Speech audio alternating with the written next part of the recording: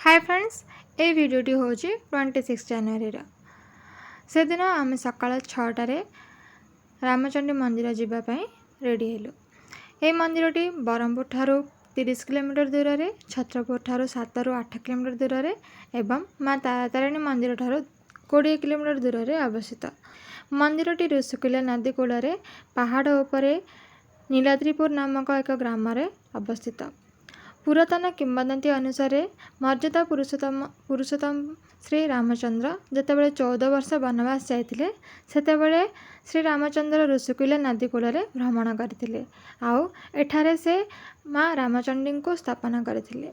कहुए जे जगज्जननी कृपामयी माँ रामचंडी एठारे त्रिशक्ति रूप में विराजमान करिसेंते।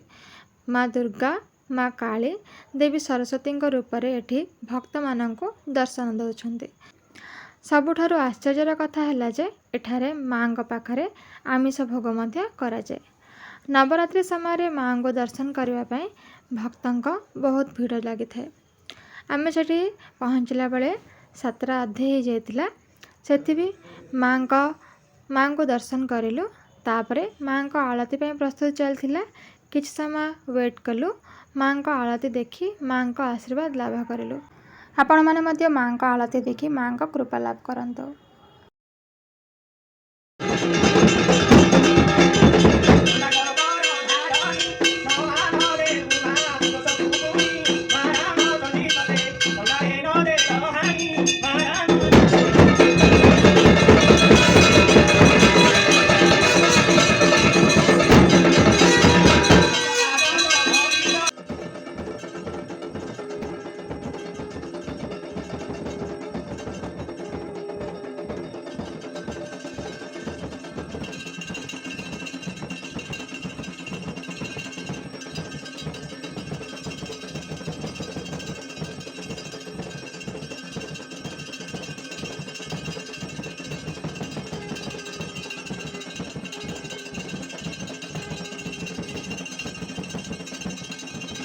यही मंदिरटी चारिआडे प्राकृतिक सौंदर्य भरपूर रही आईटा पिकनिक उपयुक्त।